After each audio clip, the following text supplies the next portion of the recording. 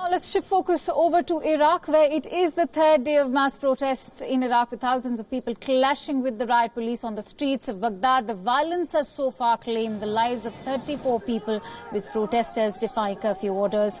More than 1,500 people have been injured in the clashes so far. The riot police fired tear gas and even live ammunition at the crowd. There are also reports that the government cut off internet lines in the country. The protests squarely target the year-long government of Prime Minister Abdul Hamdi for not doing enough for the welfare of the people and rampant corruption.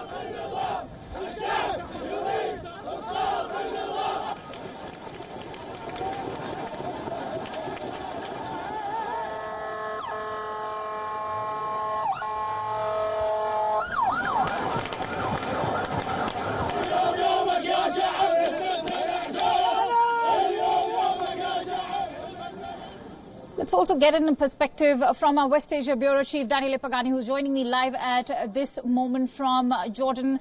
Daniele, give us a sense of this tension that is rising in Iraq. This seems to be the biggest protests ever that have taken place in Iraq ever since the Hamdi government took to power a year ago. Give us a sense of what's happening on ground zero.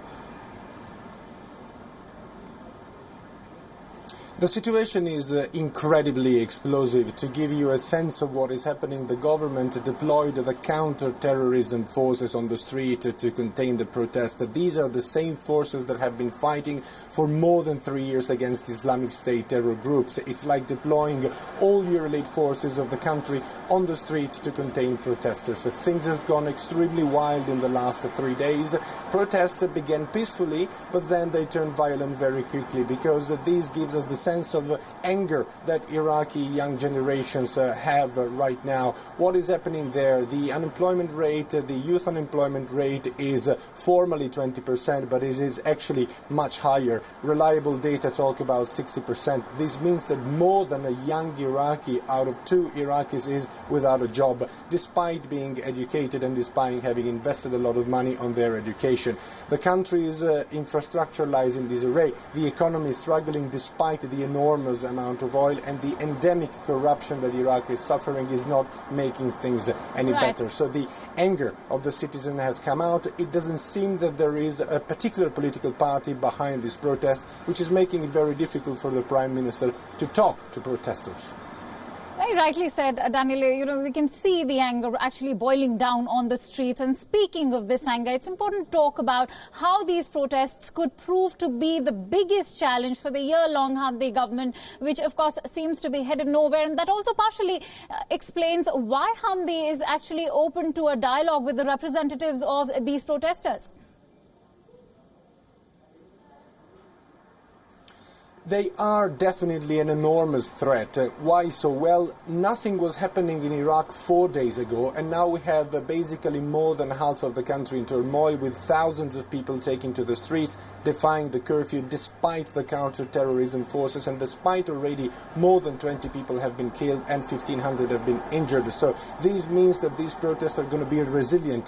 This is not just a wave of protest that comes out of the blue and is going nowhere. This is going to stay. And what started as a demand for more jobs is now turning into a clear demand against the government. They want the government to move out, and this is the reason for which the Prime Minister of Iraq called an emergency meeting and immediately started talking to the protesters, saying that he is actually open to dialogue. But it's going to be very difficult, because there doesn't seem to be a leadership of this protest. There is no party banking on this protest. Hence, it's going to be impossible to find, I don't know, for instance, a committee to talk to in order to address the protesters' demands. So as of now, the things is absolutely in unknown territory, and the situation is tremendously explosive. It can really go very far as an armed rebellion, for sure.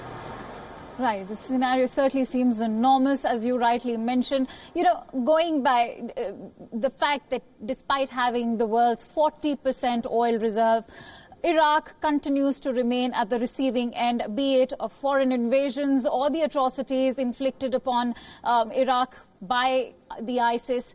It's important to talk about how Iraq actually still remains at the receiving end, and that the danger of a war is still lurking around. Absolutely, yes. When we think about Iraq, we have to think about a country which has been suffering 15 years of constant war. Its infrastructures, despite having the 40% of oil, are not functioning. You need infrastructures to pump out the oil and to sell the oil in order to make profit out of that. And once you make profit out of that, you need a reliable system of redistribution, a welfare state, in order to make that earning trickle down to the population. All of this is absolutely not in place in Iraq, and corruption, which is extremely widespread and endemic, I would say, is definitely not helping. No government has actually ever managed to fight the corruption in Iraq. So this is what happens when a country has been suffering for 15 years of constant war, from a dictatorship before that. It doesn't have infrastructure, and it doesn't have the power, the political might, so to say, to transform its social fabric into something constructive. And yes, this could very much turn into a civil war if the Prime Minister does not manage to meet the protesters and to address their demands somehow. You rightly said.